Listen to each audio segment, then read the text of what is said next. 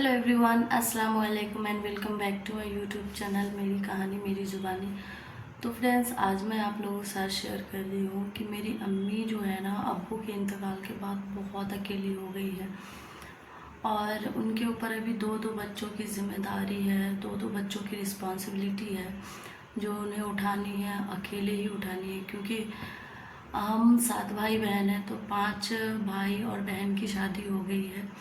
तो हम लोग तो चलो अपनी अपनी फैमिली में बिज़ी हो गए हैं, लेकिन मेरी अम्मी गांव में अकेली रहती है दोनों भाई बहन के साथ। और जो है वो बहुत अकेली हो गई, सच्ची में बहुत अकेली हो गई। क्योंकि अब्बू घर पे रहते थे, अब्बू भले ही कुछ करे या ना करे, लेकिन अब्बू जब थे तो हम लोगों की हिम्मत थी कि चलो अब्बू है घर पे। और अम्मी की भी बहुत हिम्मत थी, हर एक चीज़ में साथ देते थे अब्बू। बहुत बहुत अच्छे थे, मैं बयान नहीं कर सकती कि मेरे अब्बू कितने अच्छे थे, बहुत अच्छे थे। लेकिन अब जो है, अब की लाइफ जो अम्मी की है ना, वो बहुत दुखमयी हो गई है, बहुत। क्योंकि अभी छोटी वाली बहन है, वो पढ़ाई करती है, 10th में है, 14-15 साल की होगी। और जो भाई है वो 20-22 साल का होगा।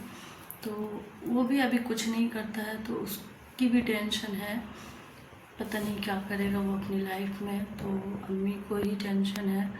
और बस आप लोग दुआ कीजिएगा कि मेरी अम्मी को सब्र दे अल्लाह पाक और उन्हें हिम्मत दे। दोनों बच्चों का साथ निभाना है अभी उनको, दोनों बच्चों के। और अब्बू जो थे ना, अब्बू मतलब उनको बिल्कुल भी यकीन नहीं था कि उन्हें कुछ हो जाएगा। जब अम्मी परेशान होती थी ना, तो अब्बू कहते थे कि अब क्यों परेशान हो रही है, आप परेशान ना हो। क्योंकि मुझे अभी तो निशा और अनूठे जो छोटा वाला भाई है, उन दोनों का ही शादी देखना है। उन दोनों को अभी तो वो लोग छोटा छोटा है, तो वो लोग के लिए मुझे जीना है। और मुझे कुछ नहीं होगा, ऐसे बोलते थे अब्बू अम्मी को कि मुझे कुछ नहीं होगा, मुझे जीना है, आप परेशान ना हो, ऐसे बोलते थे। फिर कभी कभी भाइयों को बैठा के भी बोलते थे कि अम्मी का ख्याल रखिएगा मेरे जाने के बाद।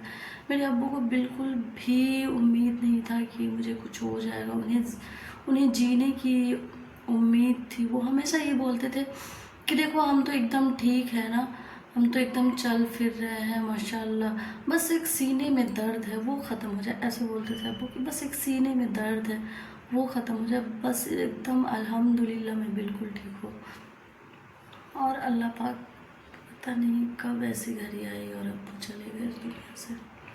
मुझे तो कभी कभी यकीन ही नहीं होता कि अब्बू मेरे साथ नहीं, अब्बू हम लोगों के साथ नहीं है।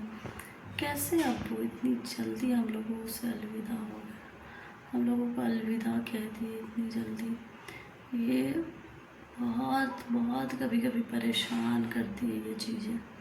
लेकिन आप लोगों को नहीं इतना फ़र्क पड़ता होगा, क्योंकि ये मेरी स्टोरी है ना। और जिसके साथ ये सब हुआ उसको पता होगा बेशक कि माँ बाप का जाने का गम क्या होता है।